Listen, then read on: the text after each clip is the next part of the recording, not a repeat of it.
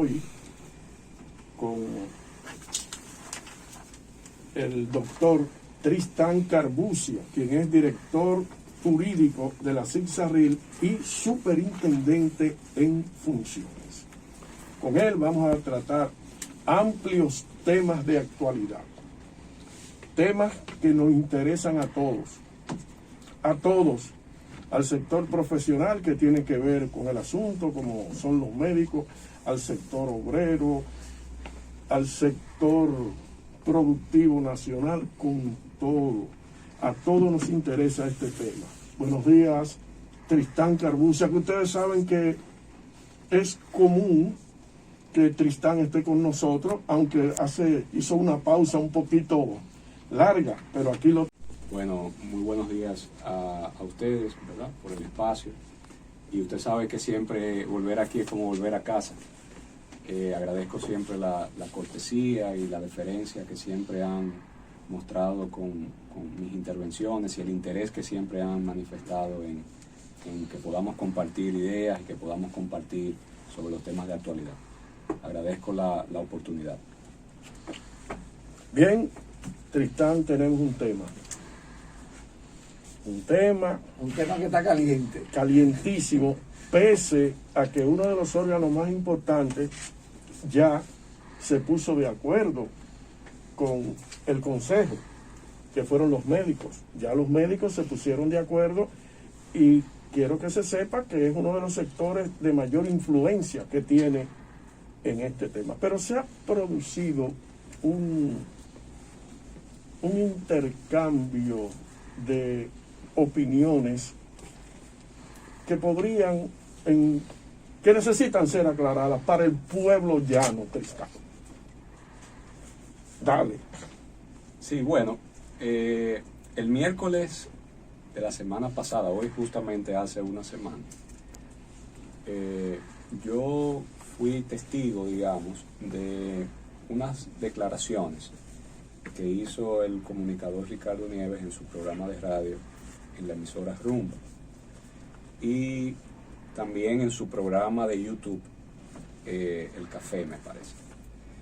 Y naturalmente eran unas declaraciones que vinculaban, digamos, a actores que han estado participando en un proceso de diálogo tripartito entre el gobierno, Colegio Médico y las ARS, y el sector gobierno, representado por tres instituciones a su vez, que son el Ministerio de Trabajo, de la mano del Ministro de Trabajo y a su vez cabeza del Consejo Nacional de la Seguridad Social, uno de los viceministerios de Salud Pública y la Superintendencia de Salud y Riesgos Laborales como órgano regulador, digamos, del quehacer de las ARS. Y ese era un proceso de negociación y diálogo que se venía gestando desde el mes de mayo, más o menos, momento en el que iniciaron las protestas del Colegio Médico reclamando un incremento salarial. En ese momento se aspiraba un aumento de un 60% en un rubro de honorarios, 125% en otro, y en resumen eso tenía aproximadamente un impacto anual para las cuentas de la Seguridad Social de aproximadamente 10.000 millones de pesos por año. Obviamente, en la situación en la que se encuentra el fondo de la cuenta para el cuidado de la salud que maneja la tesorería de la Seguridad Social, ese esquema de negociación era del todo inviable porque sencillamente la Seguridad Social no cuenta con esos fondos, mucho menos en estos tiempos post pandemia o digamos en un periodo posterior al núcleo de la pandemia, donde se generaron, digamos, sacrificios importantes desde el punto de vista de la salud, porque ustedes recuerdan que muchos de los empleados llegaron a fase, pero siguieron teniendo su cobertura de seguro, y ese dinero de esa cobertura sale de algún sitio, obviamente, y salió de esa cuenta del cuidado de la salud de las personas. Por lo tanto, la estabilidad de ese fondo no era, digamos, no era la situación en la que se encontraba antes de la pandemia, y por eso cualquier esquema de aumento que se propusiera con cargo a esa cuenta tenía que hacerse con especial cuidado para que no se generara una desestabilización del sistema. Y bueno, ese proceso de negociación que empezó en ese momento fue avanzando producto de que el colegio médico adecuó sus expectativas. El Estado, a través de esos 3 sectores, lograron identificar cuáles eran los beneficios, digamos, que se estarían incorporando para la ciudadanía, y se hizo una evaluación de ajuste por inflación, atenuado también, que sería el monto que se estaría destinando a las ARS.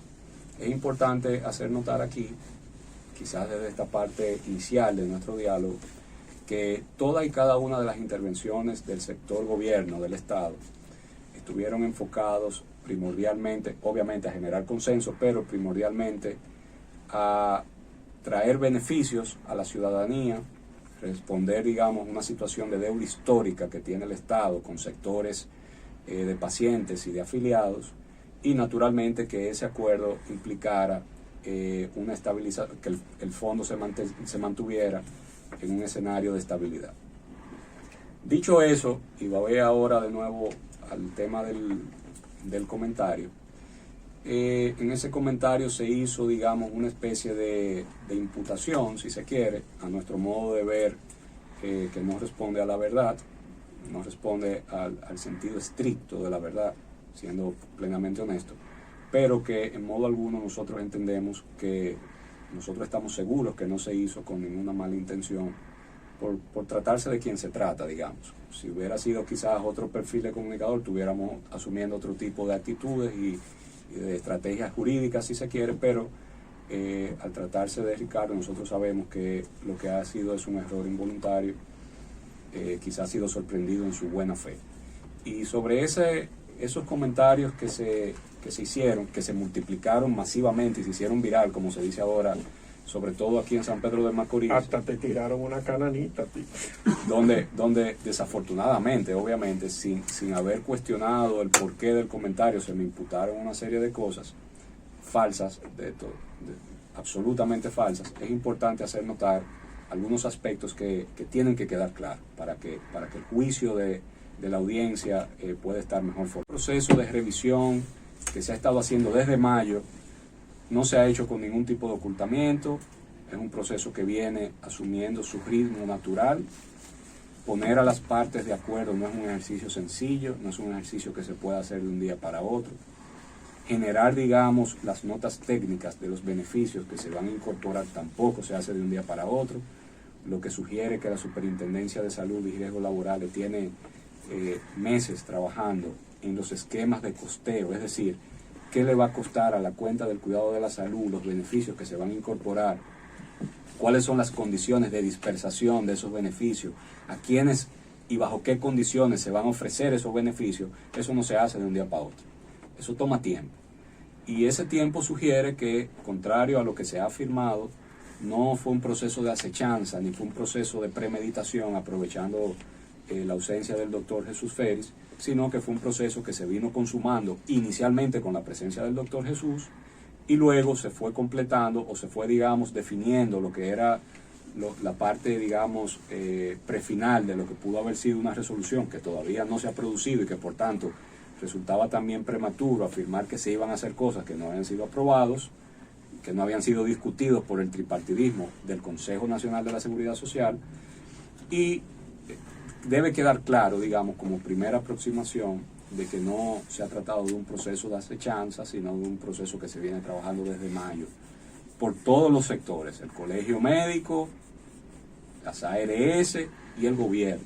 Y el gobierno es representado, como dije, por Salud Pública, a través de un viceministerio, ministro de Trabajo, en su calidad de cabeza del Consejo, y la Superintendencia como órgano técnico, que es el que tiene a fin de cuentas la misión de establecer los protocolos de cuánto cuesta a la ciudadanía, cuánto le va a costar a la cuenta del cuidado de la salud esos beneficios. Dejando eso claro, lo segundo que tiene que constar aquí. Quisiera, Tristán, que se realizó este acuerdo con el Colegio Médico, que ya tú expresaste que las aspiraciones no eran compatibles con los ingresos que recibía la institución.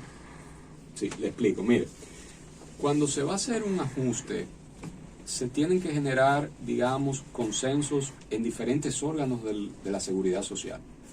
Y uno de ellos es en la tesorería de la Seguridad Social. La tesorería, digamos, es el órgano que se encarga de ver el desempeño financiero del sistema.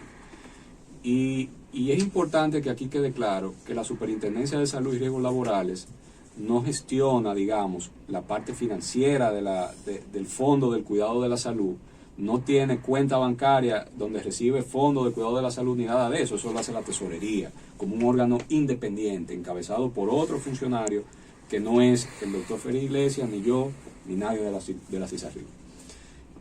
Pero se tienen que generar reuniones con ese órgano porque ahí se hacen las proyecciones para entender desde el punto de vista financiero, porque señores, todo esto cuesta y cuesta mucho dinero, qué es lo posible.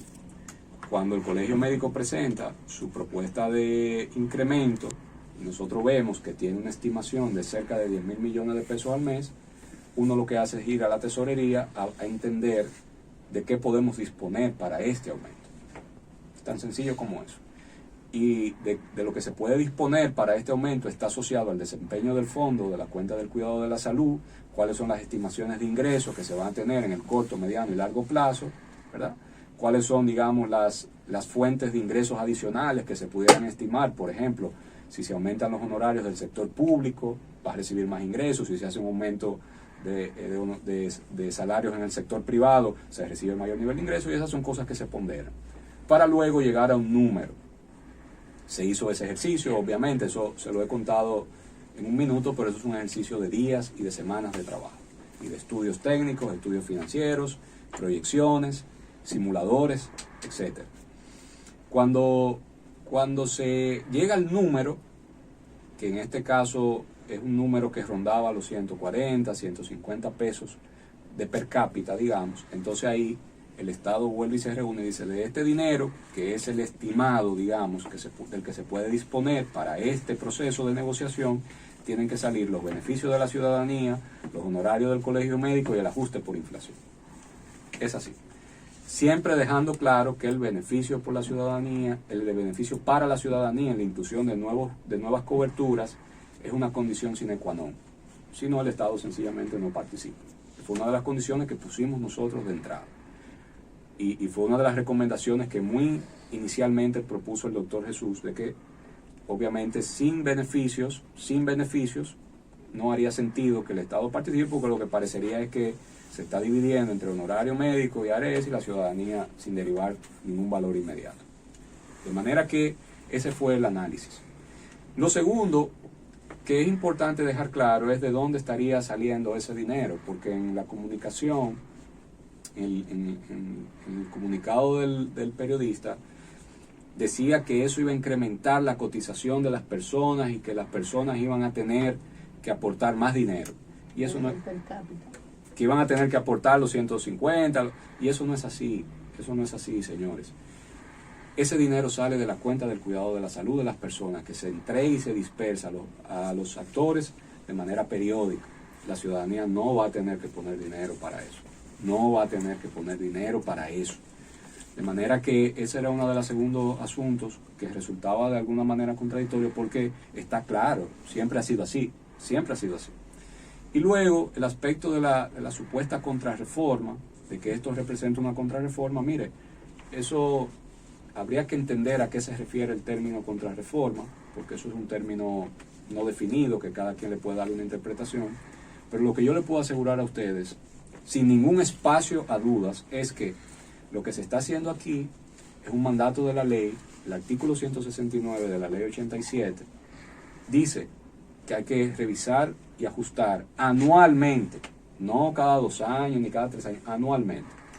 El Consejo Nacional de la Seguridad Social, mediante una resolución del año 2012, establece el cómo se va a hacer, mediante un cálculo, un análisis del índice del IPC Salud y el IPC Global, se hace una media y se saca ahí el se hace un estudio actuarial. Se hace un estudio actuarial, todo se hace sobre la base de parámetros objetivos, no se inventa nada, nadie asigna nada medalaganariamente, etc. Y ese estudio se hizo.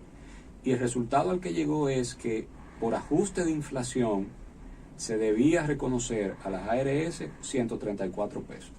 Pero ya yo le dije a ustedes hace un momento que con los 140 o 150 pesos que la tesorería nos dijo que podíamos disponer, había que derivar beneficios para la ciudadanía, honorario médico y ajuste, de manera que ahí todo el mundo tuvo que disminuir sus expectativas. Ojo, cuando el comunicador dice que se le va a dar ese dineral, lo que no se dice es que en puridad el ajuste, según los índices del Banco Central, que son números objetivos que nadie se inventa, debió ser mayor. Y fue menor precisamente para poder incluir beneficio a la ciudadanía. Partiendo de la premisa, repito, de que sin beneficios no había acuerdo.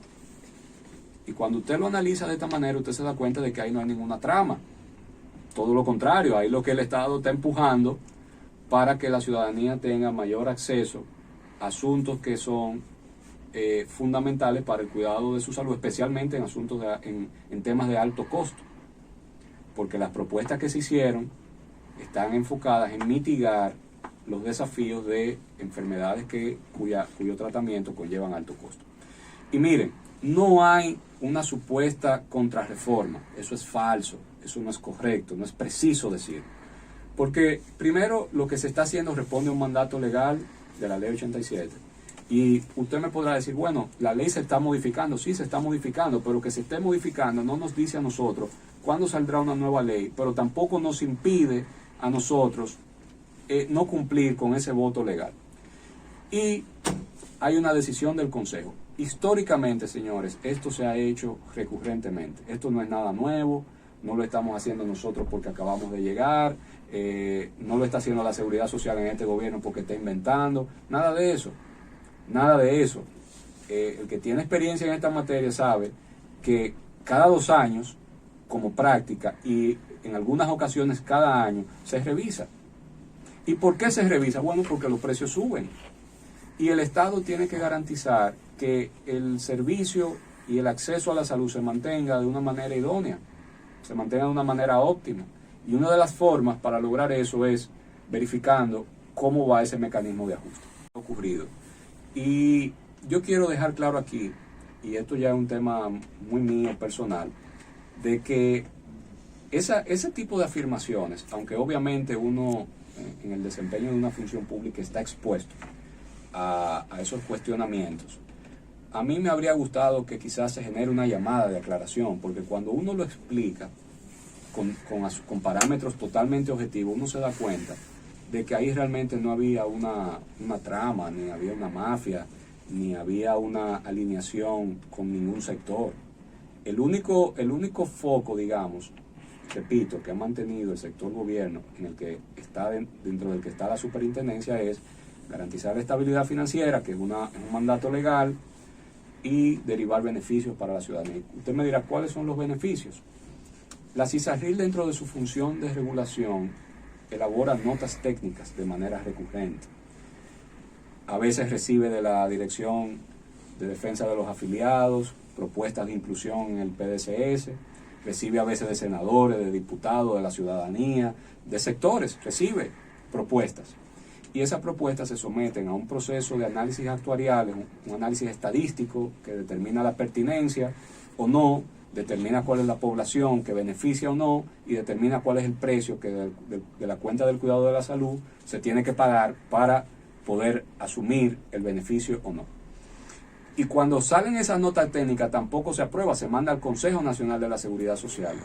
Y en el Consejo de la Seguridad Social se tiene que enfrentar al sector gobierno encabezado por el presidente del Consejo, ministro de Trabajo, al sector trabajador y al sector empleador, que esa es otra de las desviaciones que se generan en este comentario en específico.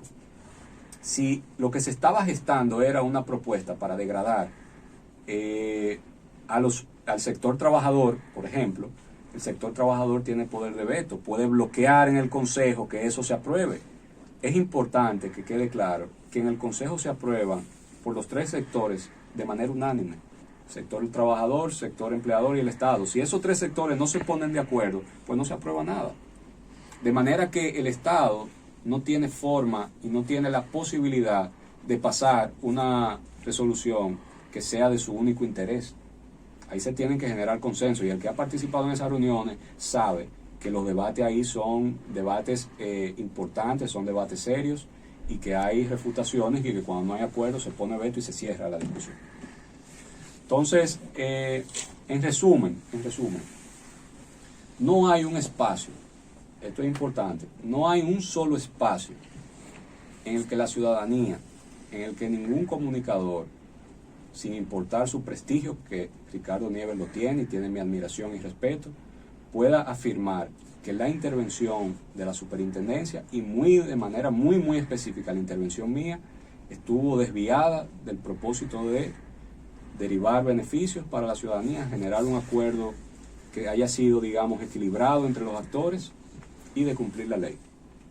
Y nadie puede pretender, obviamente, que se incumpla la ley. O sea, eso es una premisa que está sobreentendida en el sistema jurídico nuestro actual.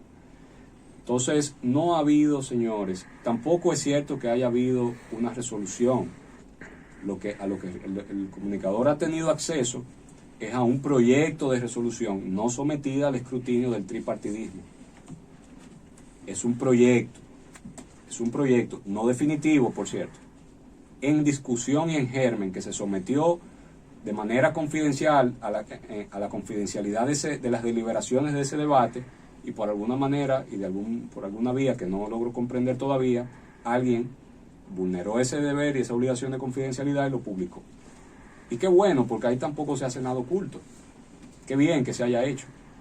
Entonces, ahí lo que ha habido es una especie de mala información.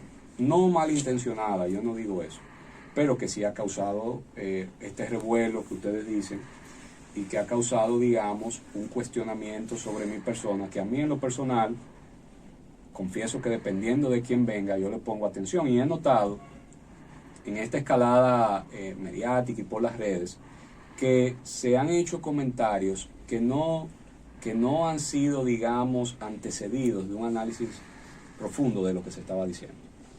Al día de hoy yo estoy convencido que el comunicador sabe que incurrió en comentarios, digamos, sin toda la información.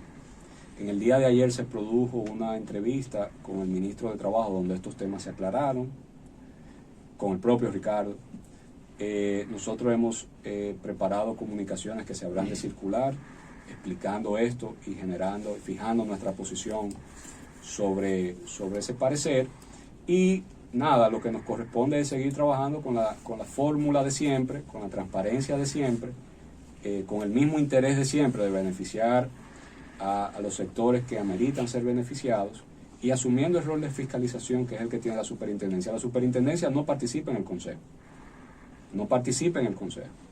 O sea que la labor técnica que se ha hecho en este ejercicio de negociación está sujeta, digamos, a la aprobación de otros actores gubernamentales y privados, lo que refuerza aún más la tesis de que nosotros no teníamos posibilidad de imponer nada a nadie. Esa es la realidad. Es interesante que siga participando en otros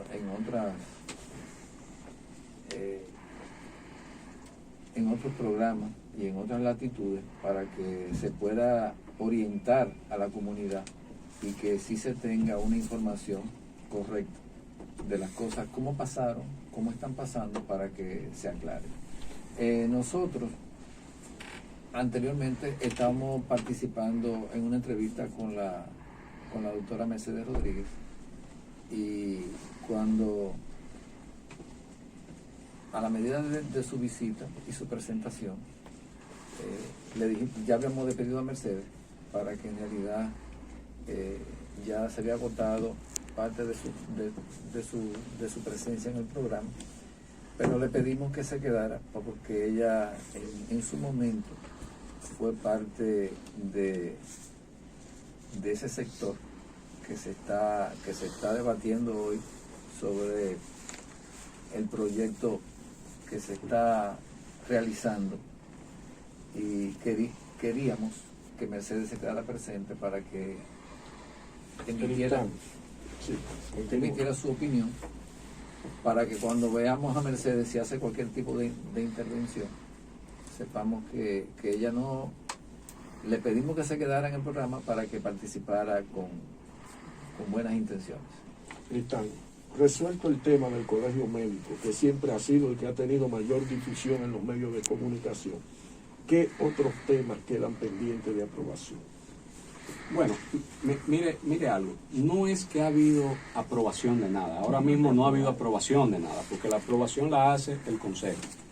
Lo que hay, digamos, es una especie de acuerdo verbal, no documentado, de cuál sería el monto de honorarios que el colegio médico estaría en condiciones de recibir.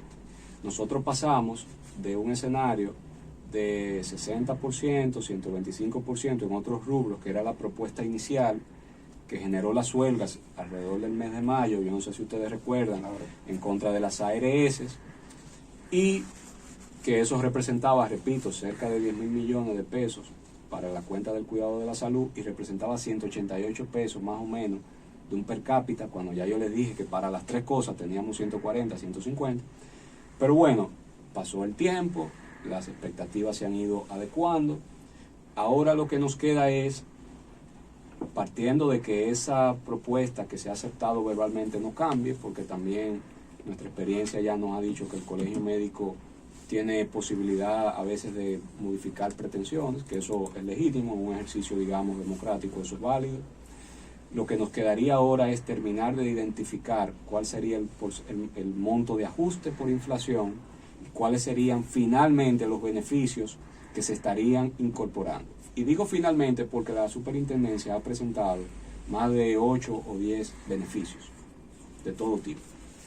Y estamos en un proceso de terminar el análisis, de entender cuál es el impacto sobre la ciudadanía, para entonces ya ver cuál de esos beneficios se estaría quedando, porque cada uno tiene un costo diferente. Hay un beneficio que a mí me parece de especial trascendencia por lo que representa, y es, digamos, la reconstrucción mamaria. Nosotros estamos incluyendo en este proceso de negociación que las pacientes que han sido víctimas de cáncer de mama puedan acceder a su reconstrucción y que eso esté cubierto por el seguro, que se incluya, y que ese proceso de reconstrucción incluya la prótesis también, para que tenga la rehabilitación, digamos, de todo lo que la mujer siente cuando le extirpan los senos. Pero ¿qué pasa? También nosotros incluimos ahora, y yo no sé cómo alguien se opondría a esto, que esa misma paciente que tiene vocación de sufrir cáncer de mama pueda acceder a las pruebas genéticas para determinarlo. Pruebas que no se hacen en el país ahora, que se hacen fuera y que son sumamente costosas. Nosotros garantizamos el acceso a esas pruebas, y si determinan en un porcentaje X que tienen posibilidad de padecer cáncer, entonces también tendría acceso a la extirpación mamaria profiláctica, para evitar que le dé el cáncer, como un mecanismo preventivo. Y esas son cosas que nosotros estamos ahí colocando en las notas técnicas para que sean incluidas. Ustedes saben el drama que vive la mujer que padece cáncer. Ustedes saben el drama que se vive cuando usted sabe que tiene alto potencial de padecer cáncer, pero no tiene los medios para prevenirlo. Entonces, la política del Estado, y como nosotros vemos este tema, es enfocándonos en la prevención. Porque al final no hacemos nada con proteger, digamos, el tratamiento posterior a la enfermedad y colocar al afiliado, colocar al paciente en los traumas naturales que significan enfrentar una enfermedad tan grave como esa. Y esa es una de las cosas que está ahí. A propósito del cáncer, que es uno de los componentes que más impacta en el gasto de bolsillo y que tiene mayor costo para la ciudadanía, ahí se está incluyendo una prueba sumamente moderna que se llama PET-scan. ¿Qué es eso? Bueno, es una prueba que es un estudio especializado, que no está incluido, que es muy costoso, que te va a permitir a ti identificar de manera temprana si tu cáncer ha hecho metástasis o dónde se focaliza. ¿Para qué? Para darle un tratamiento específico, adecuado, para no inventar con el paciente, para reducir el costo del proceso de recuperación. Y es lo mismo con el tema del trasplante renal. Este país tiene una deuda con esa ciudadanía. Y nosotros estamos enfrentando eso. ¿Qué pasa con el tema del trasplante? Que ayer escuché en la entrevista del propio Ricardo con la frecuencia. No se hacen ni tantos. No, eso no es así. No, eso no es así. Mire, y bueno, ustedes lo sabrán mejor que yo. Usted tiene que analizar la población que tiene vocación de recibir un trasplante, no considerando lo que actualmente se trasplanta, porque para el tema del trasplante hay una dificultad de acceso al donante, hay una dificultad de acceso al riñón, sino cuál es la población que se está dializando hoy. Y usted analiza que la población que se está dializando es exponencialmente superior a la que se trasplanta. ¿Y por qué? usted se tiene que preguntar por qué ese fenómeno. Si parecería que todo el que se dializa debería aspirar a un trasplante para salir del problema. Bueno, porque el Estado no permite, o no había permitido, digamos, una atención integral a esos pacientes. Nosotros como la visión anterior era, bueno, nosotros vamos a cubrir la diálisis, pero no vamos a cubrir la solución al problema. Y nosotros lo estamos viendo de otra manera. Nosotros queremos cubrir la solución al problema para bajar el costo de diálisis, para mejorar la calidad de vida del paciente, para que esta atención integral signifique, digamos, que el paciente no que tenga el tratamiento, sino que tenga la cura. Y es una forma de verlo, y eso está ahí incluido también. Se incluyó, antes se había incluido lo del trasplante, pero entonces había un problema con el donante que no estaba incluido. Ahora se está incluyendo de manera integral. Las pruebas, porque también se exigen un sinnúmero de pruebas anteriores al trasplante, tanto del que va a dar el órgano, claro, como del que lo va a recibir. Y esta atención integral no solamente incluye al donante vivo, sino al cadavérico. Entonces, nosotros estamos creando políticas, digamos, de salud para que los pacientes, las personas fallecidas, se pueda crear un mecanismo de extracción rápida que permita colocar ese órgano útil, ¿verdad?, en pacientes vivos. Y todo eso está ahí establecido. Y lo que nos dicen los números, los estudios actuariales y la estadística es que una vez se apruebe, si se aprobare, ese espacio, ese margen, digamos, de trasplantado va a aumentar. ¿Por qué? Porque el paciente se verá estimulado a no tener que ir 3 veces por semana a dar diálisis y va a hacer los esfuerzos de identificar un donante, o el propio sistema, digamos, va a ir perfilando cuáles son los potenciales donantes y va a lograr el acceso al trasplante. O sea, son cosas altamente trascendentes. Mire, nosotros estamos trabajando actualmente una propuesta integral para replantear el tema de acceso a medicamentos, que es uno de los reclamos de la ciudadanía.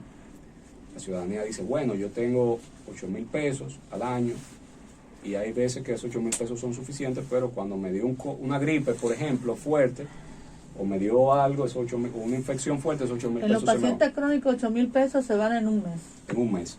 Entonces, ¿qué nosotros estamos haciendo? Mira, que por cierto, otro de los beneficios que estamos haciendo ahora es que estamos tratando de incorporar ahora es una corrección a los errores tipográficos y ortográficos de las listas. ¿Por qué? Porque a veces usted busca en los procedimientos un nombre y se lo niegan porque el médico lo está buscando con una tilde y en la lista no está con la tilde.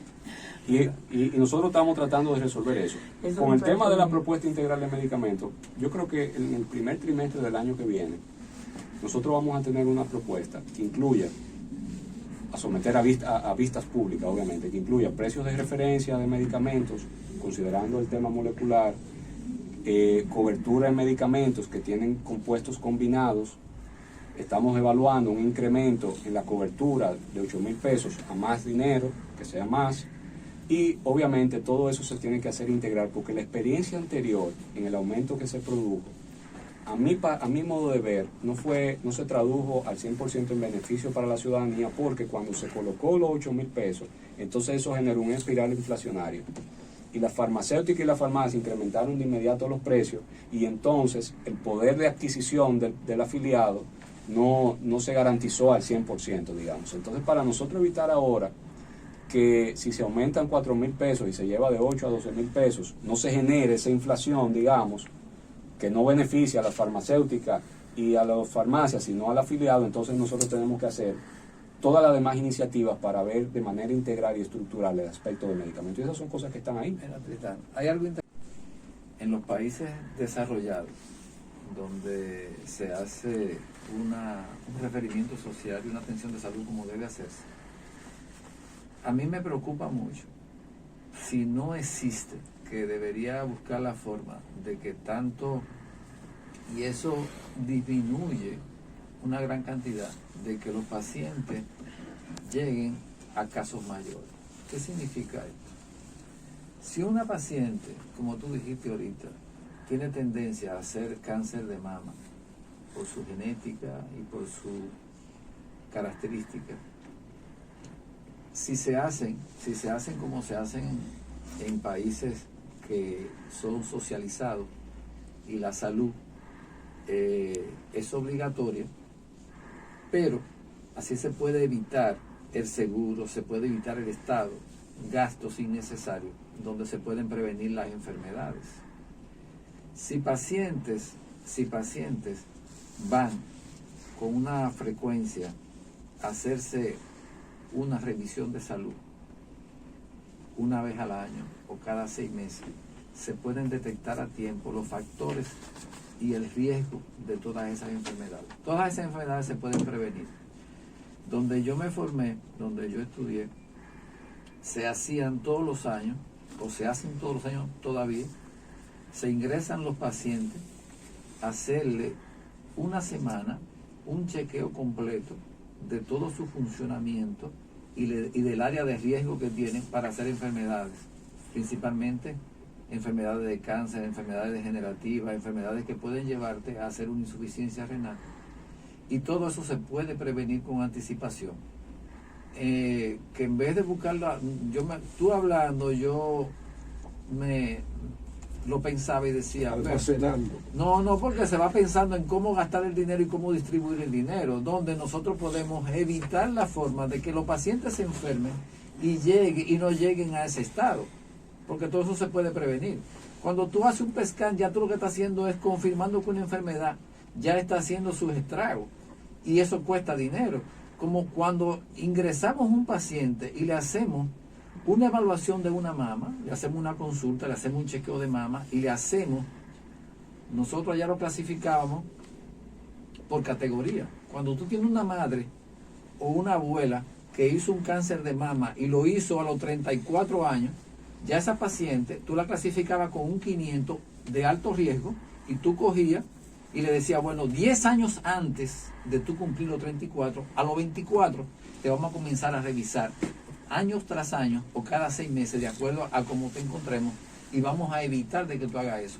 No hay que hacer la cirugía preventiva, sino se puede hacer una medicina preventiva para evitar que la paciente. Al cielo es lo que usted observa en las diferentes farmacias, en los diferentes centros médicos, de que la cobertura siempre es muy baja. Eso es un grito unánime prácticamente de la mayoría de los usuarios. No consumada, no terminada. Parecería que hay consenso en el tema de la liberación de las recetas, que no es el incremento de los 8,000 pesos, pero que de alguna manera permite y garantiza el acceso a su cobertura de medicamentos. Y le voy a explicar qué es eso. Miren, los seguros, las ARS, tienen por definición y por aplicación legal su propia red de prestadores. O sea, la ley les manda que hagan su red. ¿Cuáles son las farmacias que trabajan con el seguro, con la ARSX?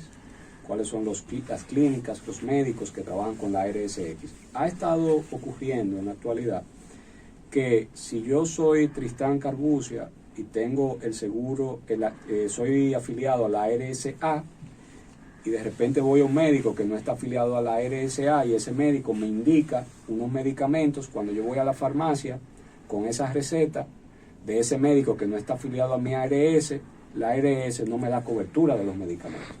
Eso ocurre en la actualidad y ocurre desde hace tiempo. Hace tiempo, pero por ejemplo en Senasa nosotros liberamos eso. Senasa es la excepción. Ahora se cambió la plataforma y Senasa hace como un mes lo está haciendo. Senasa, entonces echamos para atrás un derecho, porque primero la libertad. Senasa volvió hacia atrás, usted hacia dice. atrás.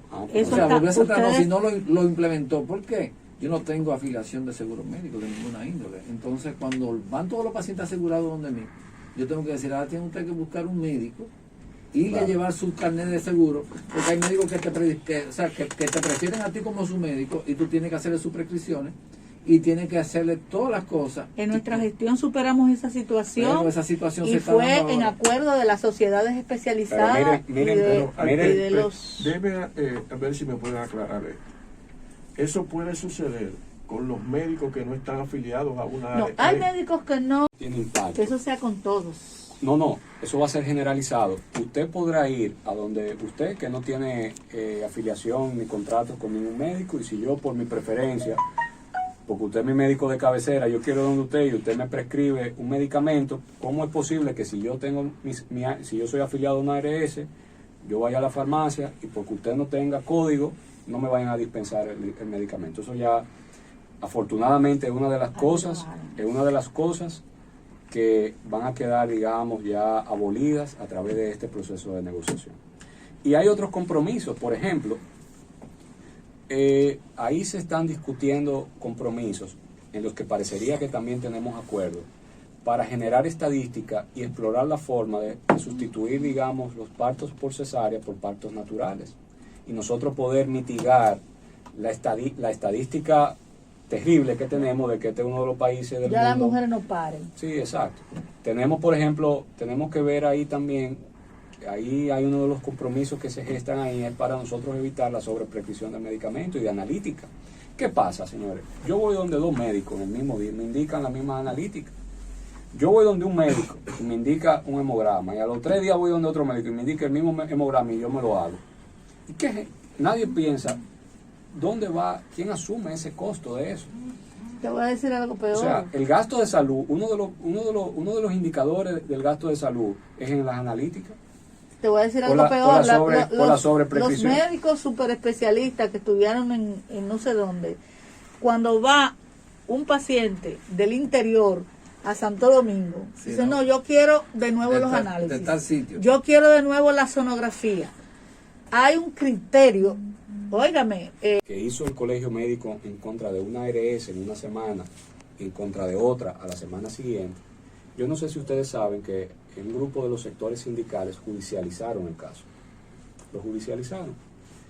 Y lo judicializaron porque a final de cuentas lo que resulta de la huelga es que la ARS no cubre, digamos, los servicios médicos que sus afiliados demandan. O sea, los médicos no cogen seguro en esos días y eso tiene un impacto directo no en la ARS sino en la ciudadanía. Porque, de hecho, de alguna manera se pudiera pensar que la ARS hasta derive algún beneficio porque no tiene que gastar dinero en esos días.